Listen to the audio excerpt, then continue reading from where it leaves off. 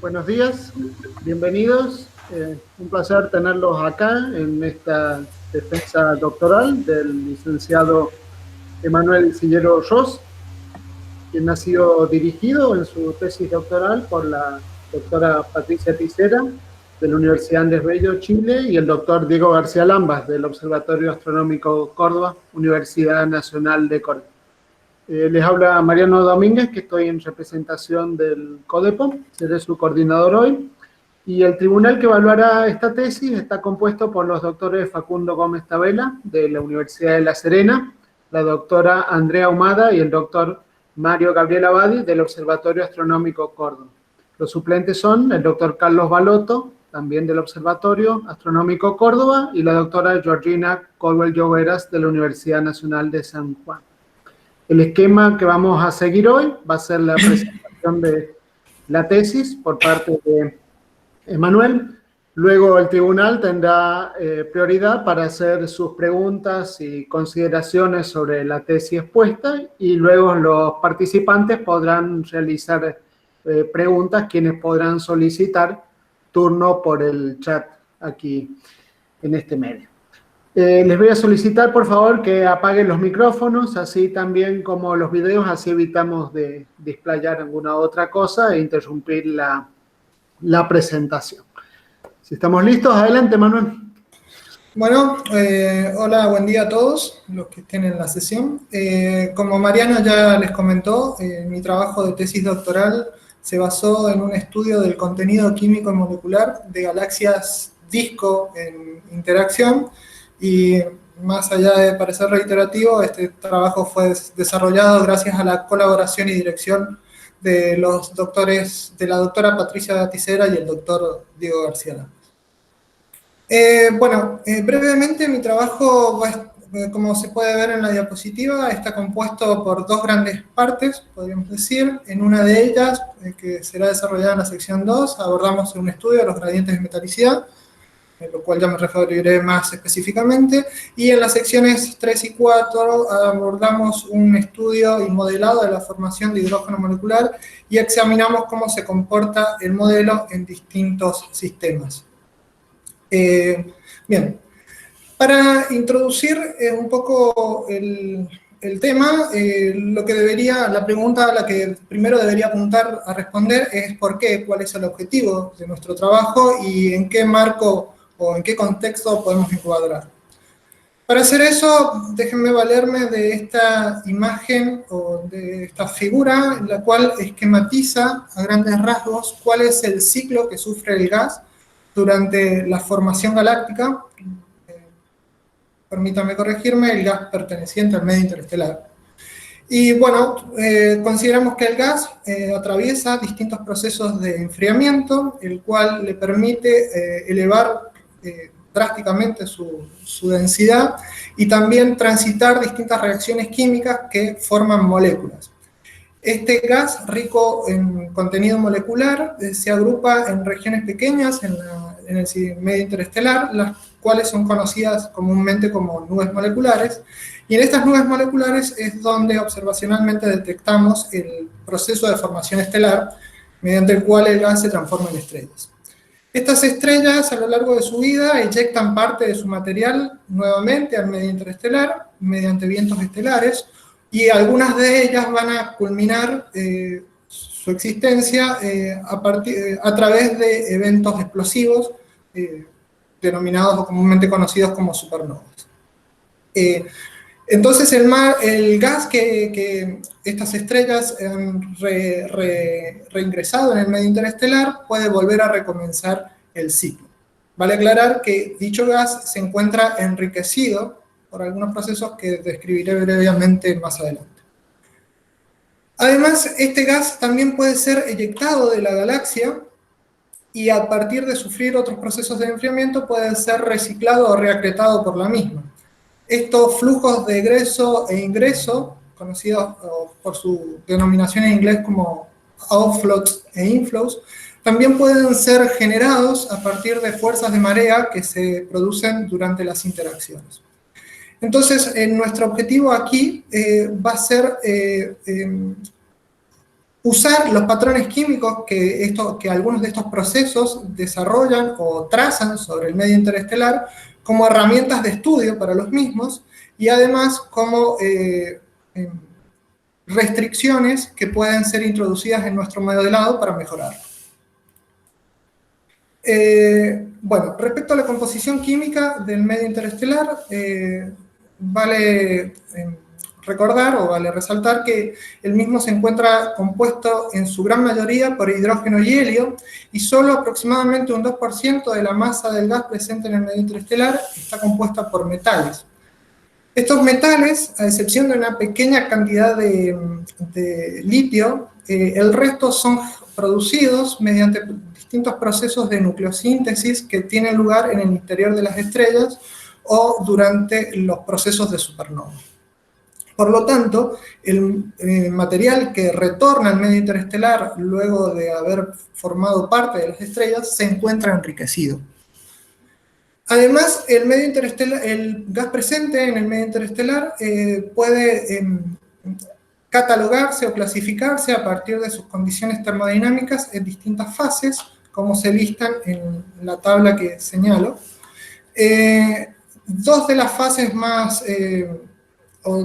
primeras fases que fueron introducidas en este modelo fueron el medio neutral frío y el medio neutral templado, en las cuales el gas tiene una temperatura que ronda los 100 y 10.000 kelvins, respectivamente, y como puede verse, la densidad promedio que manifiestan esto, que se manifiesta en ambas fases, difieren alrededor de 2 órdenes de magnitud. Sumado al medio neutral templado, también tenemos el medio el medio ionizado templado, que nuevamente presenta las mismas temperaturas características y densidades características, pero su fracción de ionización es elevada. Ahora bien, dentro del medio neutral frío, nosotros, como ya mencionamos, podemos destacar el gas molecular, es decir, aquel gas que está formado en su gran mayoría por moléculas. Resalto este punto porque, como mostré en la figura anterior, el gas molecular son las regiones de gas molecular las que se consideran las progenitoras de las nuevas estrellas formadas, y por lo tanto es importante priorizar o reparar en un modelado más detallado del mismo. Entonces podemos concluir que tanto las abundancias químicas como moleculares presentes en el medio interestelar almacenan información relevante para comprender cómo se forman y evolucionan las galaxias, y además nos permitirán, pueden ser utilizadas como restricciones para mejorar nuestros modelos de dichos procesos. Bien. Refiriéndome entonces particularmente a la primera parte de nuestro trabajo, aquí, como mencioné, abordamos un estudio de los gradientes de metalicidad. Más específicamente hablando, estudiamos cómo se comporta la pendiente de los perfiles radiales de oxígeno. Elegimos el oxígeno ya que este es el metal más abundante en el medio interestelar y además es fácilmente observable a partir de las líneas fuertes emitidas por este durante su estado simple y doblemente ionizado. Solo destacar que los resultados encontrados que voy a mostrar en esta sección fueron publicados en un paper, en el paper de Sillero y colaboradores del 2017. Bien. Referidos entonces al patrón químico que demarca la abundancia de oxígeno, vemos que hay una gran variedad de trabajos, tanto numéricos como observacionales, que se dedican a su análisis.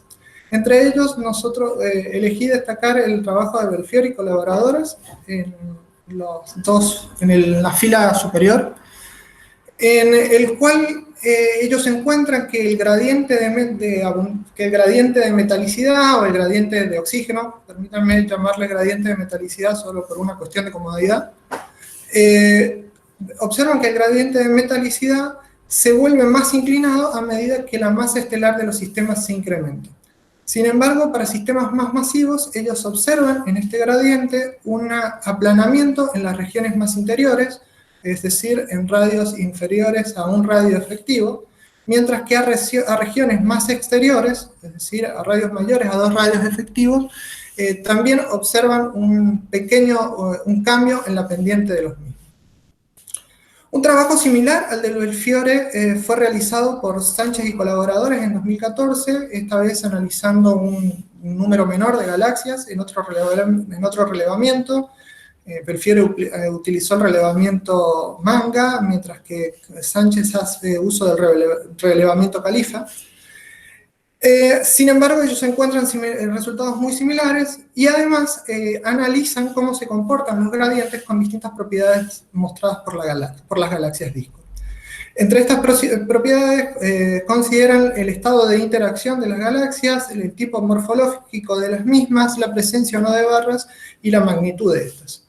A partir de análisis de Kolmogorov-Smirnov, ellos deducen o infieren que solo el estado de interacción presenta una relación estadísticamente significativa con los gradientes de metalicidad.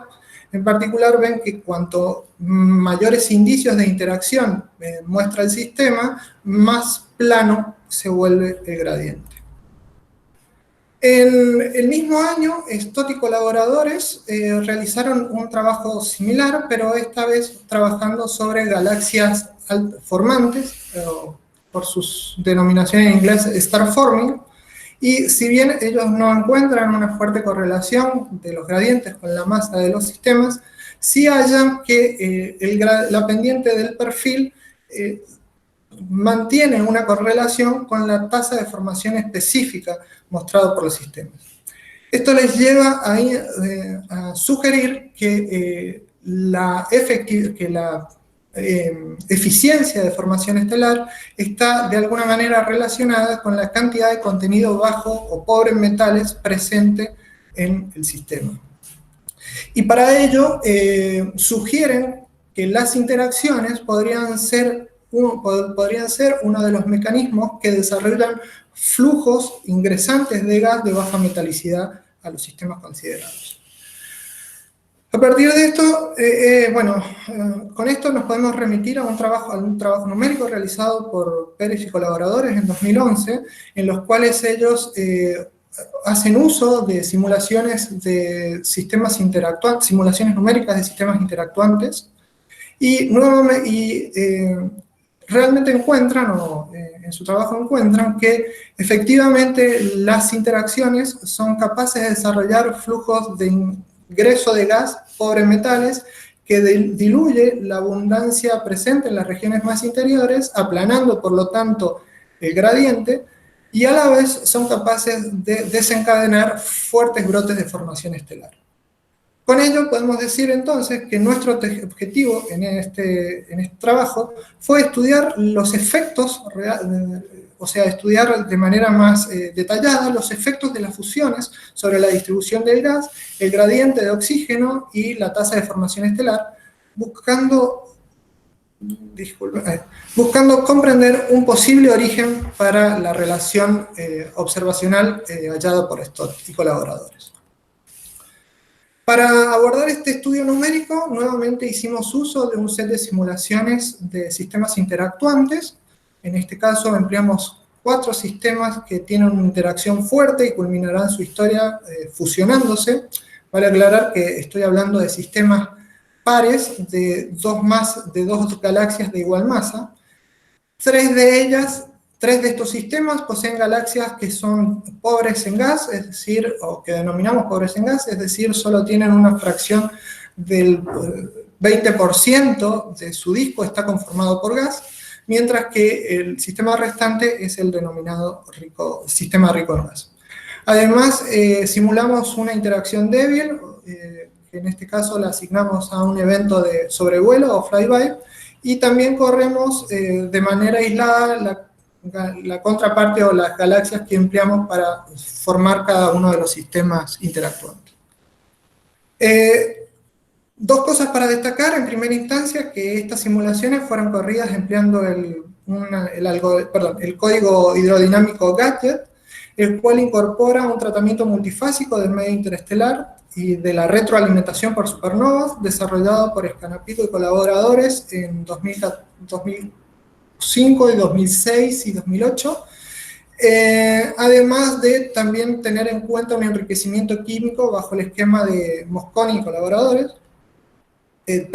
Mosconi y colaboradores del 2001, y hace uso de una receta de formación estelar que se basa en condiciones de umbral para seleccionar las partículas que formarán nuevas estrellas.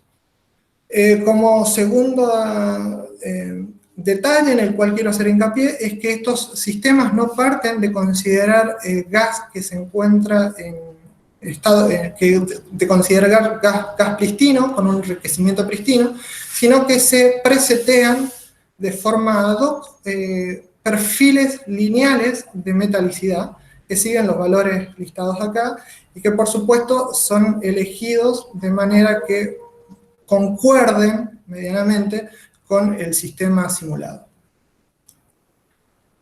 Bien, ejecutadas nuestras simulaciones, por supuesto pasamos a analizarlas y en primera instancia voy a mostrarles qué sucede con 3 de nuestros sistemas interactuantes fuertes, los cuales están graficados en la fila superior y que, como puede verse en el panel señalado, analizamos su comportamiento en el plano de la tasa de transformación específica respecto del gradiente de metalicidad.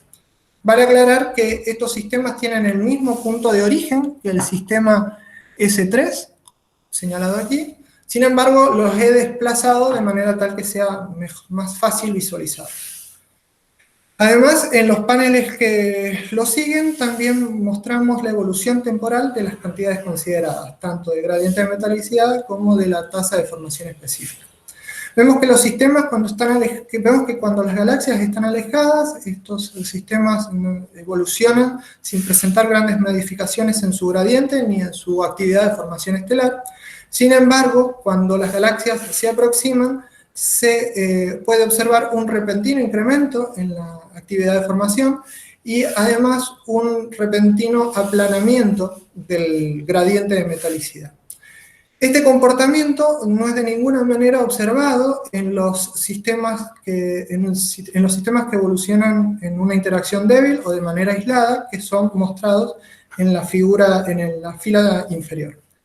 De tal manera que podemos realmente suponer que son estos eventos o estos encuentros los cuales son capaces de desarrollar algún tipo de mecanismo que, como Pérez lo indica, son estos flujos de gas de baja metalicidad, los cuales efectivamente diluyen el gradiente de metalicidad, aplanan el gradiente de metalicidad y propician la formación estelar. Por lo tanto, en la siguiente diapositiva les muestro un análisis más detallado y cuantitativo que realizamos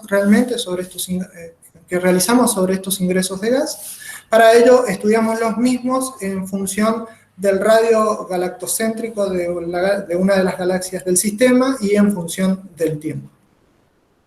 Los colores en la fila superior demarcan el enriquecimiento de oxígeno que muestra el sistema a lo largo del radio. En la fila del medio denotan el enriquecimiento del gas que ingresa a la galaxia en cada uno de los radios, y en la fila inferior demarcan la preponderancia o la intensidad del ingreso de gas que se produce en los sistemas. Como podemos ver, todos los sistemas, tanto el sistema en interacción fuerte, el sistema en interacción débil o el sistema aislado, al inicio de la ejecución comienzan de una manera muy similar. Sin embargo, en el sistema de interacción débil, en el sistema de interacción fuerte, cuando las galaxias se aproximan, podemos observar un fuerte ingreso de gas, el cual transporta material pobremente enriquecido y efectivamente diluye la metalicidad o la abundancia de oxígeno presente en el sistema, aplanando por lo tanto el gradiente. Ahora bien, vale hacer la salvedad de que estos sistemas, como ya dijimos, son sistemas idealizados, que no se corren dentro de un marco cosmológico y nos pueden ser útiles para estudiar un fenómeno en particular de una manera más detallada. Sin embargo, es necesario contrastar los resultados obtenidos con resultados adquiridos a partir de simulaciones cosmológicas para poder realmente tener una magnitud de cuál es el efecto del proceso.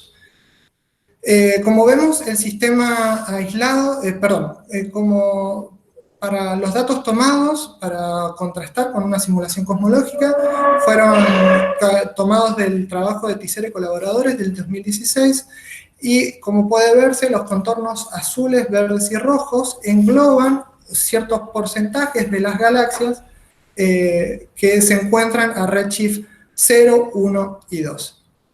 Nuevamente vemos que el sistema aislado no ajusta bien a la relación hallada por Stott, mientras que el sistema en interacción fuerte muestra un gran ajuste, y es claro que esto coincide con el comportamiento de las galaxias a Z0 en la simulación cosmológica.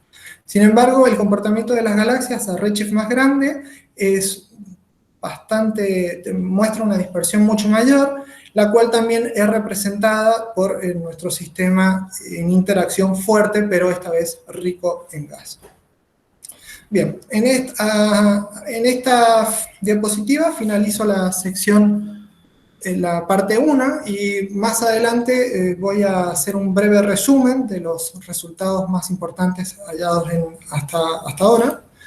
Pero, dado que, como les mencioné, el proceso de formación estelar es uno de los que más influye en la impresión de los patrones químicos, y dado que observacionalmente nosotros hallamos que estos tienen lugar en regiones ricas en contenido molecular, entonces llegamos a la conclusión que modelar la formación, en particular del hidrógeno molecular, nos puede ser útil, ya que al representar de manera más detallada la química del gas, nos permitirá computar su enfriamiento, el contenido molecular, y estudiar también la relación Kennicutt-Smith molecular observada. ¿Por qué podemos decir esto? Bueno, a partir del trabajo de Snow y McCall del 2006, es fácil visualizar que la molécula de hidrógeno molecular es la molécula más abundante en el universo, y que ésta ocupa las regiones de alta densidad. Sin embargo, vale hacer la salvedad de que observacionalmente esta molécula es difícil de detectar, y por lo tanto usamos como trazadores indirectos del contenido de la misma observaciones de la molécula de monóxido de carbono o del átomo de carbono. Bien, como dijimos, estas regiones de hidrógeno molecular son, o dicho de otra manera, el hidrógeno molecular se concentra en regiones altamente densas, y como puede verse, estas regiones altamente densas son las que propician la formación estelar. Kennicutt y colaboradores en 1998 encuentran la relación Kennicutt-Smith, está trazada en el panel señalado, y hallan que un gran número de observaciones ajustan a la misma. Esta es una relación empírica que relaciona la densidad del gas con la tasa de formación estelar. Sin embargo, observaciones de Vigel y colaboradores del 2008 le permiten definir 3 regímenes diferentes para esta relación: una dominada por hidrógeno neutro hasta un umbral de aproximadamente 9 masas solares por parsec cuadrado, otra dominada por hidrógeno molecular hasta una banda de transición de alrededor de 200 masas solares por parsec cuadrado, y a partir de allí comienza el régimen que ellos denominan starburst, o de fuertes brotes estelares. Como puede observarse en el panel señalado, En este régimen, dominado por hidrógeno molecular, la relación empírica ajusta mucho mejor al considerar la densidad superficial de hidrógeno molecular con una pendiente que se aparta un poco de la pendiente de 1.4 propuesta por la ley de Kennicutt-Smith, y el valor que adquiere es cercano a la unidad. Esta es la conocida ley Kennicutt-Smith molecular. Ahora bien, si nosotros queremos modelar todas estas regiones de formación estelar, nos encontramos con el problema de que hasta ahora nuestro código solo no nos permite enfriar por temperaturas inferiores a los 10.000 Kelvin, ya que empleamos la tabulación de Sutherland y Opita, suponiendo al gas en equilibrio colisional de ionización, y por lo tanto nuestra región de formación estelar, con el código como se encuentra hasta ahora, nos permite formar estrellas en un rango de temperaturas de 15 a 10.000 kelvins y densidades superiores a 1 centímetro a la menos 3. Sin embargo, como este mapa de densidad-temperatura nos muestra, la región que nosotros empleamos para formar estrellas se encuentra muy apartada de la que se encuentra observacionalmente, la cual también está dominada por gas en estado molecular.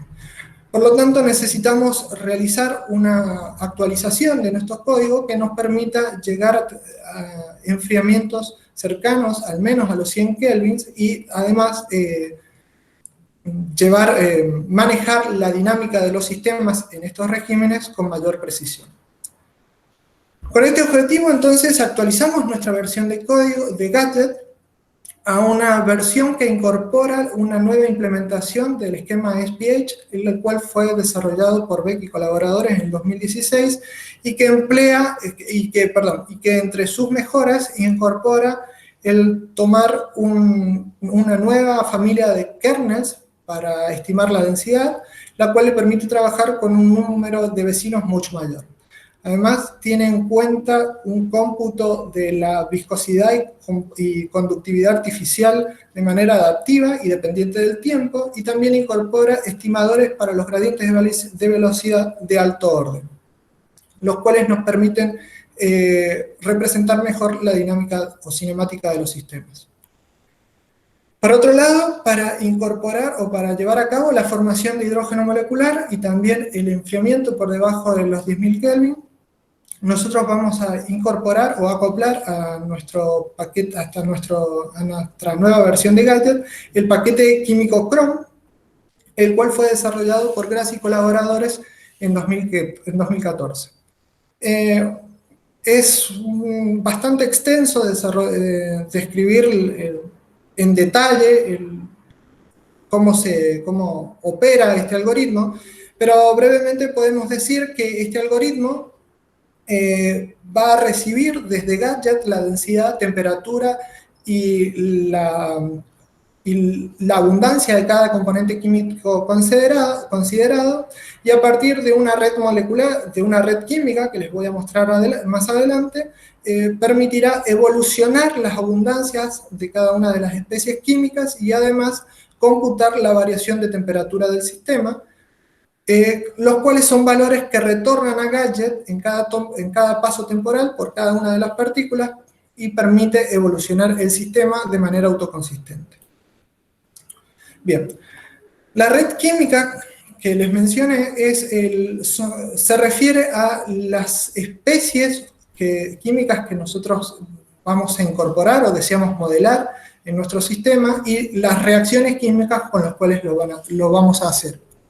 Esta red química fue tomada o fue construida a partir de la red propuesta por Bovino y colaboradores en 2016 y Loop y colaboradores en 2018, y se focaliza principalmente en la formación de hidrógeno molecular. Además, también tenemos en cuenta algunas especies metálicas, las cuales van a ser empleadas para enfriar por debajo de los 10.000 Kelvin, ya que son consideradas como las especies que mayor contribuyen al enfriamiento metálico. Bien, esta red química es integrada en cada paso temporal por un resolvedor que incorpora el algoritmo Chrome, y además tiene en cuenta cada uno de los procesos térmicos que se desarrollan debido a las reacciones que estamos incorporando. Como pueden ver en la tabla, incorporamos una gran variedad de procesos de enfriamiento y calentamiento, entre los cuales debo resaltar el proceso, por supuesto, de enfriamiento molecular, debido a la presencia de hidrógeno y de H2, y también el enfriamiento metálico, en el que nosotros elegimos, en nuestro modelo, realizarlo en dos grandes fases o en dos grandes estructuras.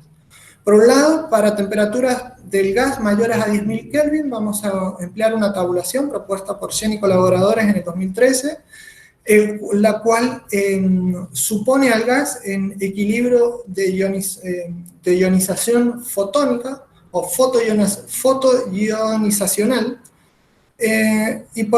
mientras que por debajo de los 10.000 kelvins vamos a resolver todo el sistema de ecuaciones computando el enfriamiento o la disipación de energía que se deben a las especies metálicas consideradas.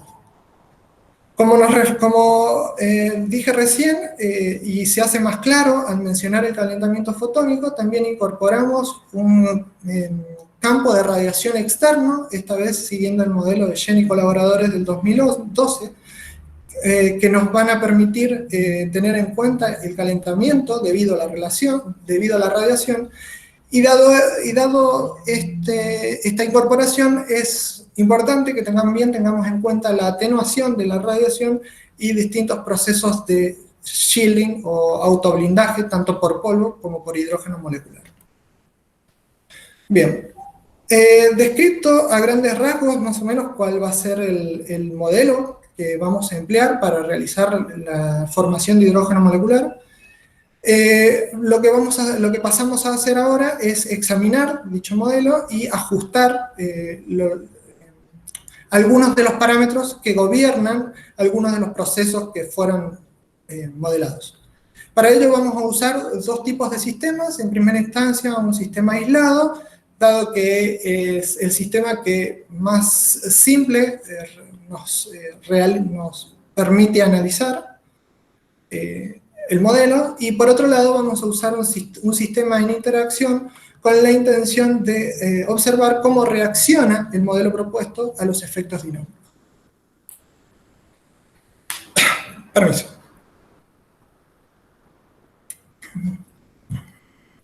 Bien, uno de los principales esquemas que debemos ajustar es la formación de hidrógeno molecular en el polvo. Vale aclarar que en el medio interestelar el hidrógeno molecular puede formarse a partir de reacciones exotérmicas que tienen lugar en la fase gaseosa puramente, o a partir de usar la superficie del polvo como catalizadores. En las densidades y metalicidades que consideramos en nuestras condiciones iniciales, como se verá, es el proceso dominante para la formación de hidrógeno molecular y por lo tanto requiere de un ajuste más detallado del modelo. Como modelos planteamos dos esquemas bastante simples por ahora, es nuestra intención mejorarlos en un futuro, pero vamos a considerar el modelo de Hure de 1975, en la cual la tasa de formación molecular depende de la densidad de hidrógeno y también de la metalicidad de la región o de la partícula considerada. Vale aclarar que esta dependencia se usa para representar la fracción de polvo presente en el gas, la cual se supone escala linealmente con la metalicidad de la región. Además, implementamos el modelo de Tomasetti, que el cual tiene una dependencia muy similar al modelo de Jura. Sin embargo, este modelo también incorpora una dependencia de la temperatura del gas y del polvo a partir de este coeficiente de adherencia del hidrógeno, de los átomos de hidrógeno. Por otro lado, también variamos el factor de Clampy. Este factor tiene en cuenta la formación de hidrógeno molecular en las regiones altamente densas que que no somos capaces de resolver en nuestras simulaciones. Por lo tanto, asignamos a este factor distintos valores y en el caso de la ejecución CB, permitimos que este factor de Clampy varíe de acuerdo a las condiciones cinemáticas del modelo, dada su dependencia cuadrática con el número de Mach, calculado para cada una de las partículas de gas. Bien. En esta figura les muestro más o menos cuál es el efecto del factor de agrupamiento si analizamos la distribución de algunas de las cantidades del gas en la galaxia. En la primera columna podemos ver la temperatura media cómo se distribuye, o la temperatura media del gas en una proyección de frente y de canto de la galaxia, mientras que en los paneles que lo siguen vemos cómo se distribuye la densidad superficial de la tasa de formación estelar, la densidad superficial de hidrógeno molecular y la densidad superficial de hidrógeno neutro. Para la fila superior mostramos los resultados obtenidos con el modelo C1, en el cual el factor de Clampy es igual a 1 y utiliza el modelo de Jura, mientras que en la fila inferior mostramos los resultados obtenidos para un factor de Clampy de 100. Claramente vemos que al incrementar el factor de Clampy, la temperatura del promedio del sistema decrece, y a su vez se incrementa el contenido de hidrógeno molecular formado en las regiones centrales de la galaxia, regiones que además se extienden hacia radios galactocéntricos mayores y densidades inferiores. Esto también tiene un impacto, por supuesto, en la tasa de formación, en la distribución de la tasa de formación estelar. Por otro lado, si analizamos los modelos, en este caso, para la formación de hidrógeno en el polvo, comparamos el modelo de Jura con un factor de Clampy variable, dado que a partir de esto incorporamos una dependencia con la cinemática o con otra propiedad del sistema, con el modelo de Tomasetti de 2014, que, como ya dijimos, depende de la temperatura del gas. Vemos que el modelo de Tomasetti con un Clampy de 100 genera hidrógeno molecular, pero esta vez en una cantidad inferior al generado por un modelo de Jura con un factor de Clampy constante. Sin embargo, si comparamos esta producción de hidrógeno molecular con la realizada o con la generada por el modelo con un factor de Clampy variable, vemos que en el modelo de CB el contenido de hidrógeno molecular es fuertemente resaltado en las regiones más centrales y densas de la galaxia y decrece fuertemente hacia regiones menos densas y más calientes. Esto se debe básicamente a que la dependencia cuadrática con el número de Mach del factor de Clampy pondera los movimientos supersónicos que son característicos de las nubes moleculares.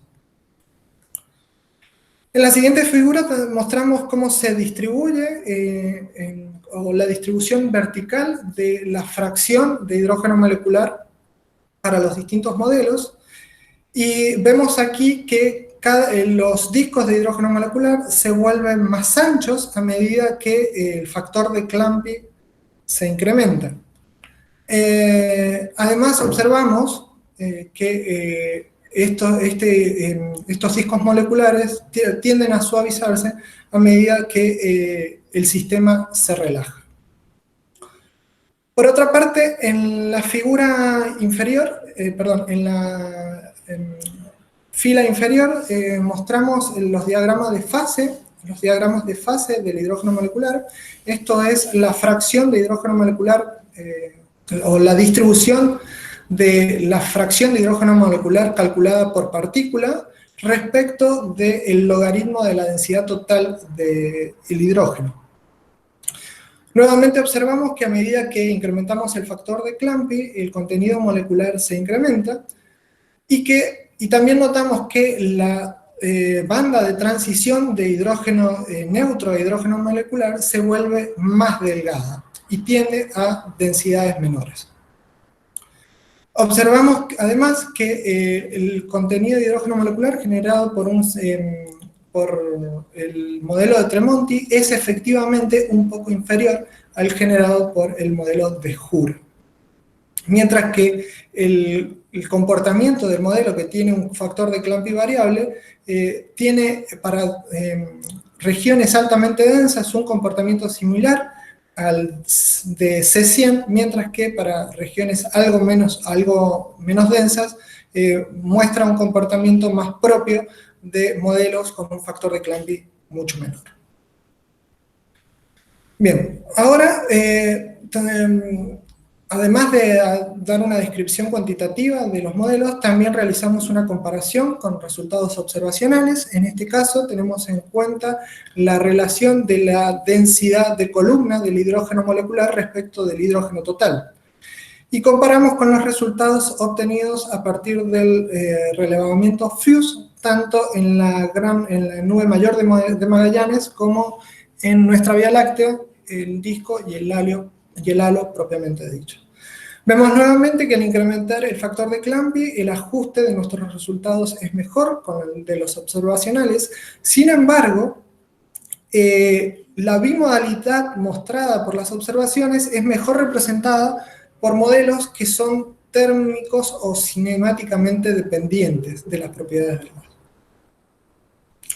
Además, comparamos con los resultados observacionales hallados por Leroy y colaboradores en 2008, en los cuales ellos tienen una estima de cómo es la densidad de hidrógeno molecular respecto de hidrógeno neutro en función de distintas características o propiedades o cantidades de la galaxia. En este caso, el radio normalizado a un radio efectivo el radio efectivo 83, el cual es el radio que contiene el 83% de toda la masa de gas presente en la galaxia, y también respecto del logaritmo de la densidad superficial del contenido estelar de las galaxias. Vemos nuevamente que al emplear un modelo con un factor de Clampy igual a 100, el ajuste a los resultados observacionales es óptimo, es muy bueno, no así para modelos que emplean factores de Clampy menores, y en el modelo que emplea un factor de Clampy variable, la dispersión se incrementa notablemente. Bien, contrastado ya o hecho un análisis sobre nuestro modelo de formación de hidrógeno molecular en el polvo, pasamos a estudiar cómo procede la formación estelar o la actividad de formación estelar en el modelo desarrollado. Como les mencioné anteriormente, hasta ahora nuestro modelo usaba un esquema de formación, para la formación de estrellas que dependía de ciertas cantidades seleccionadas como umbrales. Es decir, elegimos las partículas de gas que van a formar estrellas si satisfacen ciertas condiciones. En este caso, si tienen temperaturas inferiores, a los 10.000 Kelvin, no está mal el número, y densidades superiores a las 8 masas de hidrógeno por centímetro cúbico. Además, una vez que estas partículas satisfacen las condiciones mencionadas y por lo tanto son elegidas, también luego serán transformadas en estrellas a partir de una probabilidad que se obtiene de una distribución que depende del tiempo dinámico y un factor de eficiencia para la formación estelar. Al graficar la curva de la tasa de formación estelar respecto del tiempo de uno de los modelos que emplea este esquema de formación, observamos que dicho gráfico, dicha curva, presenta una actividad de formación muy fluctuante con fuertes picos y valles intercalados. Esto tiene que ver con, podemos inferir que esto tiene que ver con el hecho de que una vez que las estrellas se forman, la consecuente liberación de energía por las supernovas que proceden de las mismas, calienta y disipa el medio, por lo cual impide a este de alcanzar las condiciones necesarias para formar estrellas hasta que puedan disipar la energía adicional que han recibido. Además, como la formación estelar tiene lugar en regiones altamente densas, entonces podemos suponer que las partículas forman estrellas en tiempos medianamente sincrónicos, lo cual puede explicar los dientes de sierra observados en la gráfica. Para salvar o para prescindir de estas condiciones de umbral, utilizamos un nuevo esquema para la selección de partículas que formarán estrellas, el cual fue propuesto o introducido por Hopkins y colaboradores en 2013 y 2014, y al cual denominan como criterio de autogravedad. Este criterio tiene en cuenta la colaboración de tanto la energía cinética como térmica respecto de la energía potencial. Por lo tanto, si este criterio es inferior a 1, se puede considerar a la región o la partícula como autogravitante y propicia para colapsar. Además, también modificamos la probabilidad de formación estelar de cada una de las partículas, afectándola por la fracción de hidrógeno molecular presente en cada una de ellas. Analizamos entonces cuál es el resultado sobre la distribución espacial de este nuevo esquema de formación estelar, y vemos que las regiones de hidrógeno molecular esta vez se concentran mucho más en las regiones centrales de los brazos espirales, y dichos brazos presentan una estructura o una morfología mucho más filamentosa. Un comportamiento que también se traslada a la densidad superficial de la tasa de formación estelar. Analizamos también cómo ajustan estos modelos a la relación Kennicutt-Smith. Vemos que, por supuesto, por construcción, nuestros modelos ajustan muy bien a la relación Kennicutt-Smith original, pero sin embargo reproducen bastante fiablemente los regímenes observados por Vigil y colaboradores en 2008. Además, si tenemos en cuenta, al analizar la relación Kennicutt-Smith molecular, vemos que modelos con un factor de Clampy de 100 y que también incorporan nuestra nueva receta de formación estelar, ajustan muy bien la relación Kennicutt-Smith molecular, y también reproducen con buen acuerdo los rangos observacionales observados, que se denominan de hidrógeno dominados por hidrógeno neutro y dominados por hidrógeno molecular. Por último, también tenemos en cuenta el impacto de la metalicidad en nuestros sistemas, y para ello hacemos uso de tres ejecuciones adicionales, las cuales en este caso incorporan el modelo Jura desde 1975 con un factor de Clampy de 100 y el criterio de autogravedad, ponderando la probabilidad de formación estelar con la fracción de hidrógeno molecular presente en los sistemas, pero fijamos en dos de ellos el valor de la metalicidad a un valor uniforme a lo largo de toda la galaxia. Dado que estamos fijando la metalicidad, esto nos impide que las que las abundancias químicas evolucionen, y por lo tanto no podremos resolver el sistema de ecuaciones diferenciales para el enfriamiento en no equilibrio por debajo de los 10.000 Kelvin. Es por lo tanto necesario extender el enfriamiento metálico en equilibrio a partir de las tabulaciones hasta una temperatura de 100 Kelvin. En la línea superior mostramos el plano densidad-temperatura o el mapa densidad-temperatura correspondiente a cada uno de los sistemas, y claramente visualizamos la sobreestimación de enfriamiento producida al considerar un esquema en equilibrio.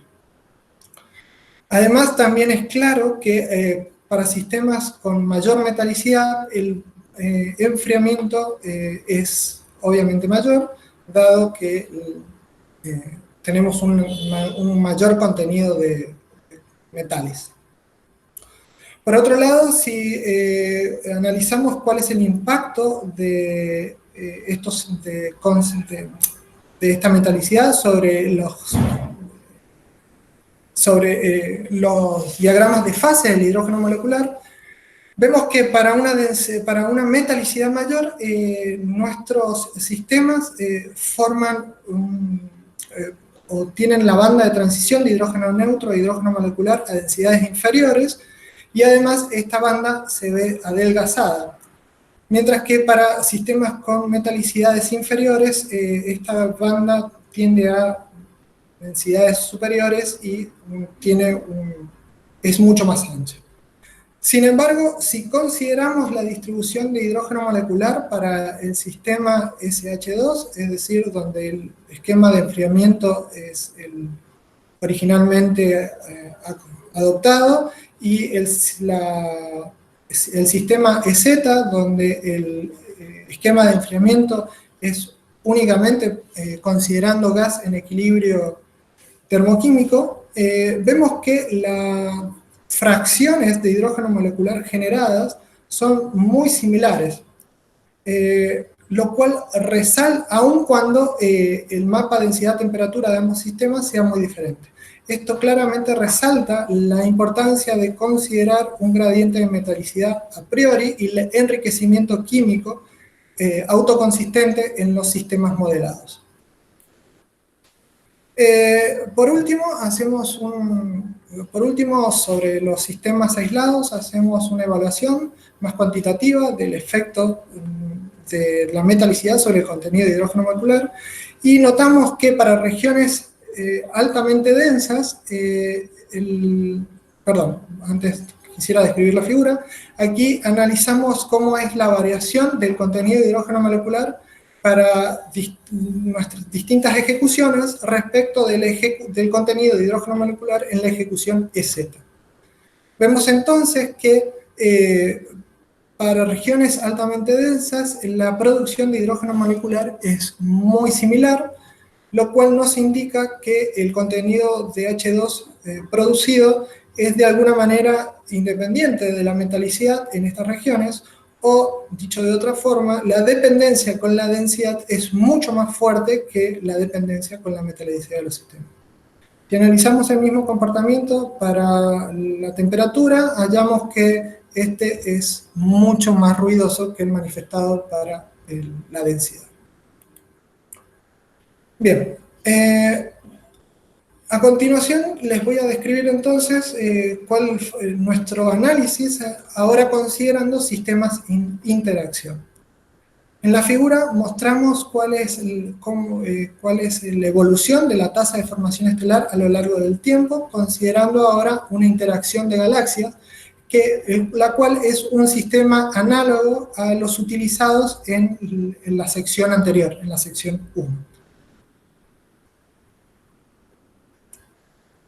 Vemos entonces que nuevamente cuando las galaxias se aproximan se observa un incremento en la tasa de formación estelar, y en esta figura vemos que las líneas punteadas delimitan ciertas regiones o tiempos medios elegidos para representar los momentos evolutivos diferentes del sistema en interacción.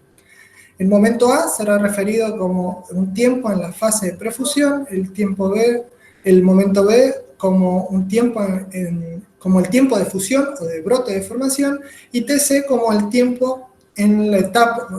tiempo representativo de la etapa postfusión o postbrote.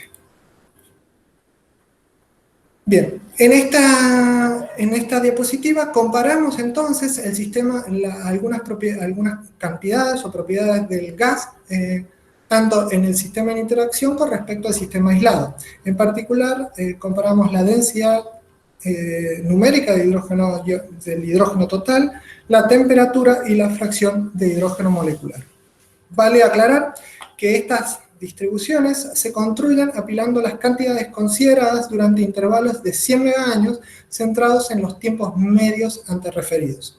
Vemos entonces que en una etapa de prefusión, los sistemas, las cantidades en los sistemas muestran distribuciones medianamente similares. Sin embargo, cuando los sistemas se fusionan, observamos que el sistema en interacción alcanza densidades mucho mayores que el sistema aislado, como era de esperarse, y temperaturas y una distribución de temperatura algo más extendida, lo cual puede explicarse a partir de la retroalimentación de energía o el calentamiento del medio producto de las supernovas debidas a la formación estelar, a la actividad de formación estelar creciente o aumentada. También observamos que la cantidad de hidrógeno molecular presente en estos sistemas es mayor a los de sistemas aislados, lo cual tiene que ver claramente con el incremento de la densidad de los mismos. Sin embargo, el contenido de hidrógeno molecular en esta fase es inferior a la mostrada en una fase de prefusión, lo cual se aparta un poco de los resultados hallados observacionalmente. Por último, luego de que se produzca la fusión de ambas galaxias, es decir, en la etapa de posfusión, encontramos que el sistema, que la densidad del sistema fusionado muestra una distribución muy extendida que propicia densidades mayores, aunque alcanza valores altos para la densidad en las regiones centrales. Lo mismo sucede para la distribución de temperatura, la cual se extiende a valores más altos, como dijimos, probablemente debido a los efectos de la supernova, y esto repercute claramente en la fracción de hidrógeno molecular mostrada en estos sistemas.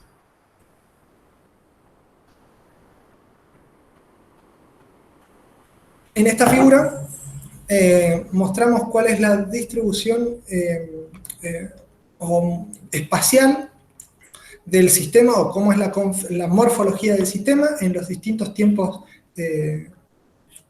considerados, y vemos efectivamente que la producción de hidrógeno molecular es alta durante la etapa de prefusión o fusión, y se ve fuertemente decrementada en la etapa de posfusión debido a un incremento en la temperatura del sistema y un decremento en su densidad. Bien, por último analizamos cómo se comporta la relación Kennicutt-Smith durante la interacción de las galaxias.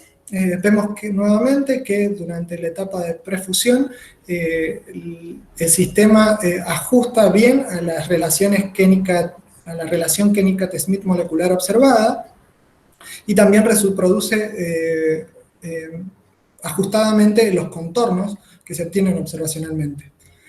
Este comportamiento muestra una mayor dispersión durante el estadio de fusión, dado al incremento de la densidad del sistema y la actividad de formación estelar, lo cual lleva a dotar a ciertas regiones del sistema con tiempos de agotamiento de hidrógeno molecular menores, propiciando la dispersión mostrada. Una vez que el sistema se ha fusionado, vemos entonces que la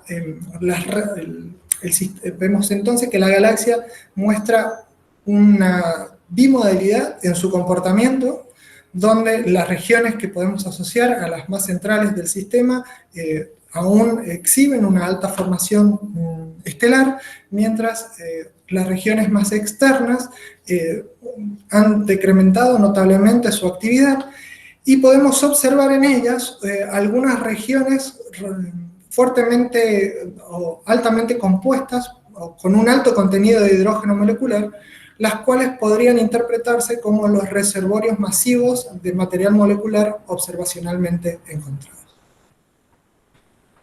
Bien, para finalizar, voy a darles un breve resumen sobre los resultados que encontramos al desarrollar este trabajo de tesis. En primer lugar, referido a los gradientes de metalicidad, encontramos que las interacciones fuertes pueden realmente identificarse como mecanismos eficientes que permiten desencadenar entradas de gas capaces de producir una dilución de la metalicidad en las regiones centrales de las galaxias y simultáneamente un incremento en su actividad de formación estelar. Estos fenómenos son propicios para establecer una correlación que reproduce la relación observada por estos colaboradores en el 2014. Por otro lado, una formación estelar uniforme y moderada produce un enriquecimiento más lento del gas, lo cual resultará en un cambio poco significativo del gradiente de metalicidad. Además, las simulaciones cosmológicas nos muestran que un escenario para un universo de agregamiento jerárquico proporcionan condiciones que son favorables para la existencia de la relación propuesta. Sin embargo, la gran dispersión observada en esta simulación nos da una idea de la gran variedad de historias evolutivas que pueden seguir las galaxias. Como trabajo futuro debemos resaltar que sería interesante, entre otras cosas, investigar si las inestabilidades internas, es decir, la evolución secular, también podrían ser capaces de producir una relación similar, y si fuese así, si puede llegar a distinguirse estos procesos de las fusiones, o esta influencia de las fusiones e interacciones. Por otro lado, respecto de la incorporación de la formación de hidrógeno molecular, vemos que existe un gran acuerdo con las propiedades, con un variado número de propiedades observables del gas molecular con nuestros modelos, donde el modelo de producción de H2 en el polvo de Jura y colaboradores de 1975 produce una mayor fracción de H2 que el modelo de Tomasetti, y esta aumenta al aumentar el valor del factor de Clampy, lo cual genera una relación Kennicutt-Smith molecular con una pendiente muy cercana a la observada. Además, una mayor metalicidad produce un gas más frío y consecuentemente una fracción mayor de gas molecular. Por lo que la metalicidad y el factor de Clampy y también la resolución numérica influyen sobre los diagramas de fase para el H2, mientras que no tienen una gran influencia en el comportamiento de hidrógeno neutro e hidrógeno ionizado. Además, la morfología de las galaxias muestra que con una tasa de formación estelar más irregular y menor factor de Clampy, su componente gaseosa, la componente gaseosa de las galaxias presenta una estructura, presenta un menor número de estructuras identificables, por lo que al mejorarse los modelos, nuestras simulaciones exhiben un gran número de clamps de formación estelar, los cuales están más definidos y una estructura más filamentosa para los brazos espirales. Respecto de la formación estelar, hallamos que la relación KS molecular o Kennicutt-Smith molecular está en gran acuerdo con las observaciones de galaxias aisladas y en interacción. Sin embargo, la normalización de dicha relación se recupera solo cuando incluimos un factor de Clampy que tenga en cuenta las nubes densas no resueltas dentro del medio interestelar. Además, notamos que para un gran rango de valores, las relaciones Kennicutt-Smith moleculares se reproducen. Sin embargo, estas están presentes aún en modelos donde la formación estelar es independiente de la fracción de hidrógeno molecular.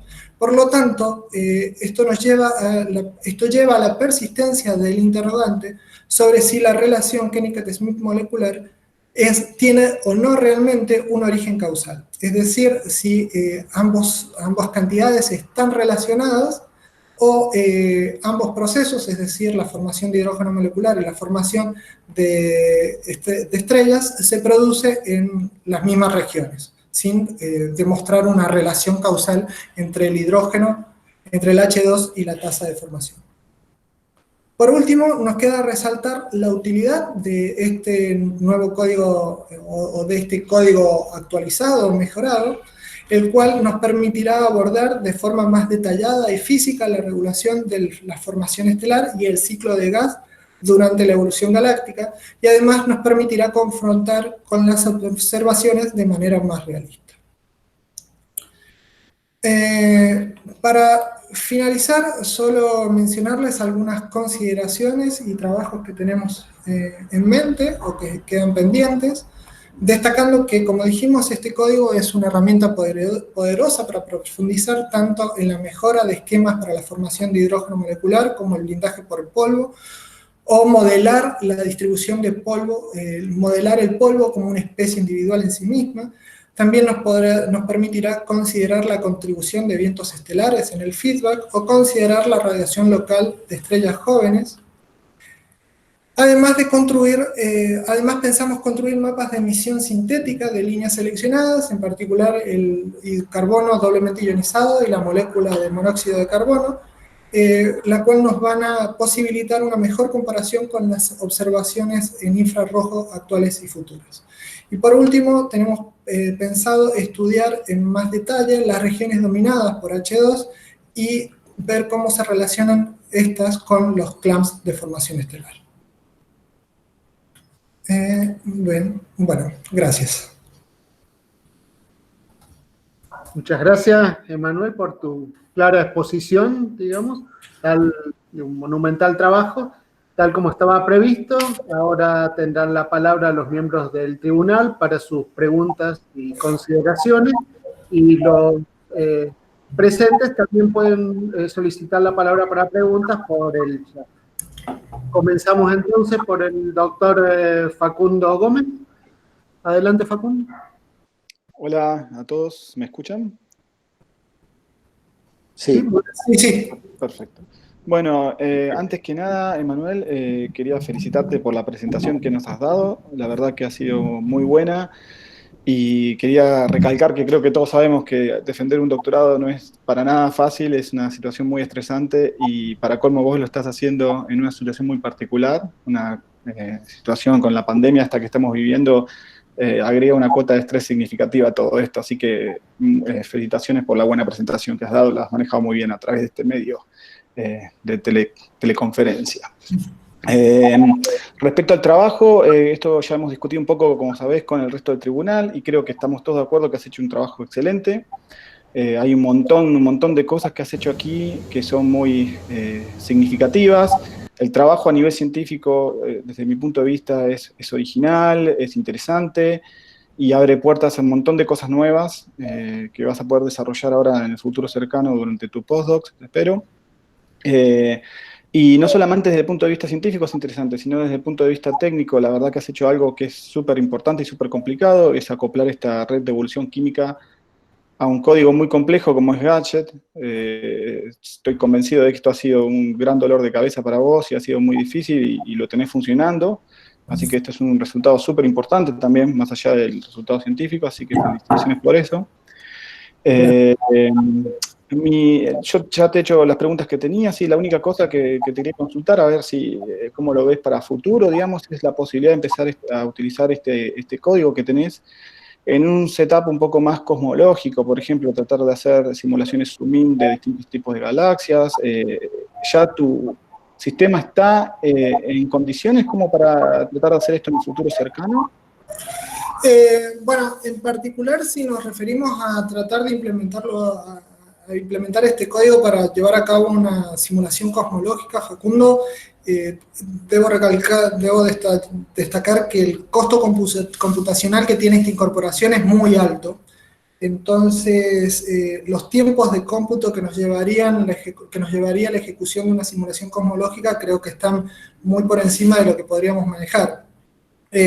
Sin embargo, también estamos con la idea de mejorar el rendimiento de este código y de alguna manera implementarlo en algún momento para testear cómo se comporta. Respecto a lo que mencionabas de un sistema zoom-in, sí, ahí particularmente con Diego estuvimos charlando esto. Hay una idea a futuro de analizar sistemas cuya resolución, o con una resolución de masa y espacial mucho mayor, refiriéndonos a sistemas mucho más chicos que podríamos tomar a partir de una simulación cosmológica y resimularlos, ¿no? ¿No? Facundo, ¿me escuchas? A la persona. Sí. Yo, ¿me escuchás? Sí, ahora sí. ¿Hola? Sí. ¿Me escuchas? No, escuché todo lo que contaste y decía que estaré esperando resultados cuando tengas el tiempo de hacerlos. Así que le doy la palabra a quien quiera Gracias. continuar, si Mario o Andrea. Bueno, hola Emanuel, una vez más felicitaciones por tu trabajo. Para alguien fuera del área, como es mi caso, ha sido escrito y presentado de una manera muy amena y fácil de llevar, así que te agradezco por eso, porque realmente ha sido muy, muy lindo leer tu trabajo. En lo que a mí respecta, ya te he hecho todas las preguntas pertinentes, así que todas han sido respondidas de manera clara y concisa, así que cedo mi palabra a Mario.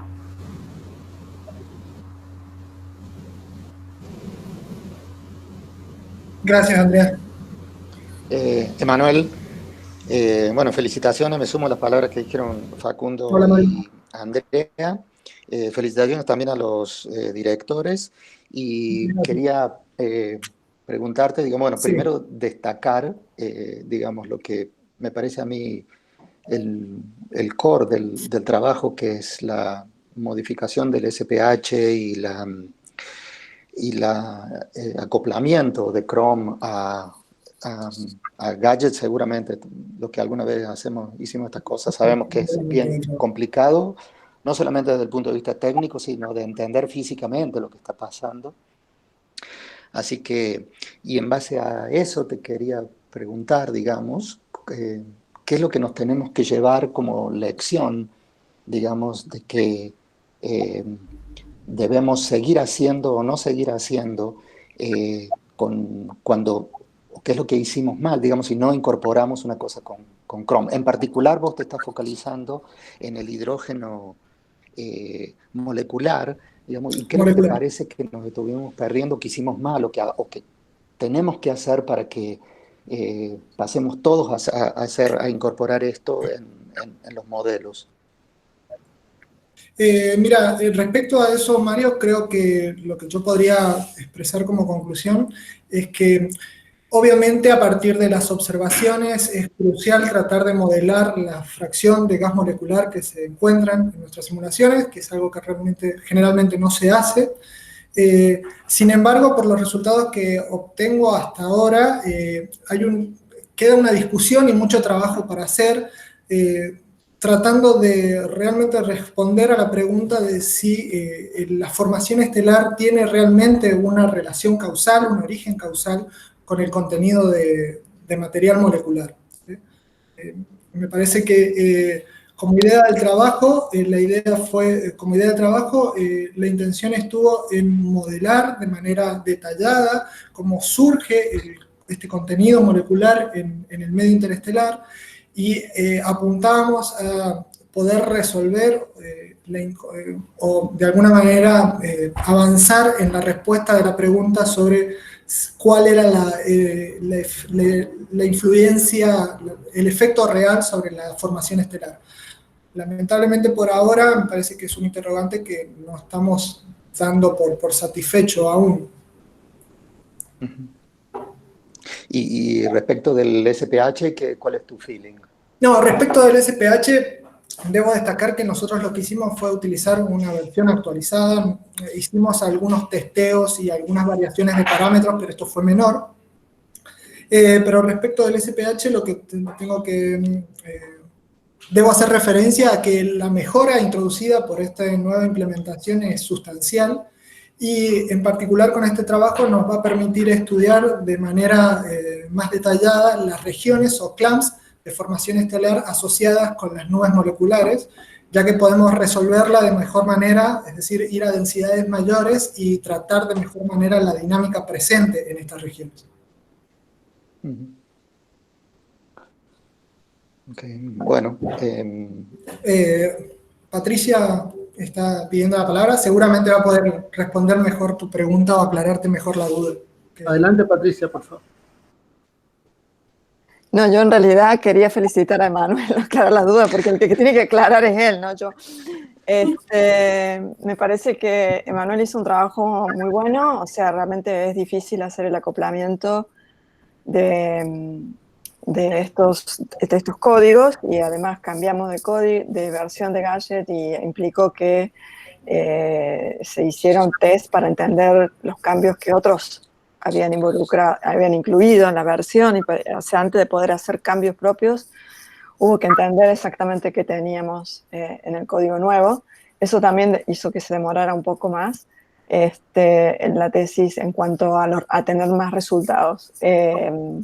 Pero yo creo que el trabajo es muy bueno y tenemos ahora una herramienta de trabajo espectacular para poder seguir adelante. Por supuesto que, como dijo él, tenemos muchas cosas, quedan cosas para hacer, pero básicamente yo quería felicitar a Emanuel porque sé que entre ir y venir a Chile y la distancia y todo eso no fue, y yo escribiéndole mails y todas esas cosas, no, la presión por mail es diferente. Pero bueno, pero creo que sobrevivió muy bien, el trabajo está muy bien hecho, y es la base para espero que resultados interesantes que espero que podamos publicar prontamente. Así que felicitaciones. Ojalá que sí. Sí, una cosa más que quisiera aclarar, al haber incorporado Chrome a Gadget, no debemos olvidar que nos permite también emplear una gran variedad de otras redes químicas. Es decir, que también podemos considerar la formación y la evolución de las abundancias de otras especies moleculares o metálicas, ¿no? Que también es lo que pensamos hacer en un futuro, ¿no? Sobre todo tratar de contrastar qué tan buen indicador indirecto es la detección de monóxido de carbono para referir o para dar una idea de la cantidad de hidrógeno molecular presentes en las regiones. Tiene la palabra ahora la doctora Cintia Llagoni, que tiene una pregunta. Hola, buen día. Hola, Emma. Hola. Linda tu presentación. A mí me gustaría saber si podés hacer algún comentario sobre, a ver si es que entendí bien el contenido de hidrógeno molecular que Chrome va a dar, depende de la cantidad de polvo que haya en el ambiente. Y la suposición que ustedes hacen es que depende siempre de la metalicidad del gas, y que va a tener siempre un valor, esa fracción va a ser fija. No sé si me explico bien. Entonces, sí, termino. La pregunta es si es que tienen alguna estimación de cuánto depende de esto, y sumándome un poco al comentario de Mario, cuánto necesitan estos modelos también tener bien modelada el contenido de polvo a lo largo de la evolución de la galaxia para poder dar una evolución certera de lo que es el contenido del hidrógeno molecular. Gracias, Cintia. Sí, respecto de tu primera pregunta o observación, lo que nosotros hacemos es, en esta instancia del trabajo, es tomar un modelo de formación de H2 en el polvo muy simple. Y por eso suponemos que solo depende de la fracción de polvo presente en el medio interestelar, que asumimos que escala linealmente con la metalicidad. Sin embargo, podríamos y deberíamos, también está planificado a futuro, incorporar un modelo de polvo algo más elaborado. En particular, buscamos hacer algunos trabajos similares a los desarrollados por Capello en 2018, quienes incorporan un modelo de polvo en el cual ellos pueden tratar al mismo como una especie en sí misma, y le otorgan una distribución de tamaños y de tipos, y analizan realmente cuál es la dependencia de la formación de hidrógeno molecular con un modelo más complejo. Y a priori te diría que sí, eso debe ser mejorado para comprender la dependencia real de la formación molecular respecto del polvo. No sé si me estoy olvidando de algo que me preguntaste.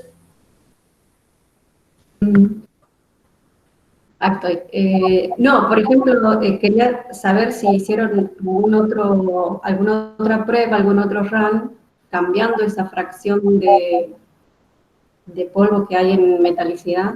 No, te comento, nosotros nos valimos, bueno, nosotros nos valimos de una relación observada, no te puedo decir el autor en este momento, disculpa, pero me olvidé, pero básicamente tomamos una relación media observada, o sea, una relación empírica para suponer esa escalabilidad de la fracción de polvo con la metalicidad. Fija para todo Redshift. Claro, en particular, sí, eso es un buen comentario. Sí, esa fracción de polvo, por lo menos en este modelo, es indistinta para todo Redshift. Y no bueno, deberíamos profundizar en eso, sí, en eso tenés toda la razón. Dale, felicitaciones, Emma, muy interesante el trabajo. Gracias, Cintia. Muy bien, si no hay más preguntas y si el tribunal está de acuerdo, tiene una sesión privada por el tema de las actas a continuación. Creo que podemos felicitar al flamante doctor Emanuel y a sus directores.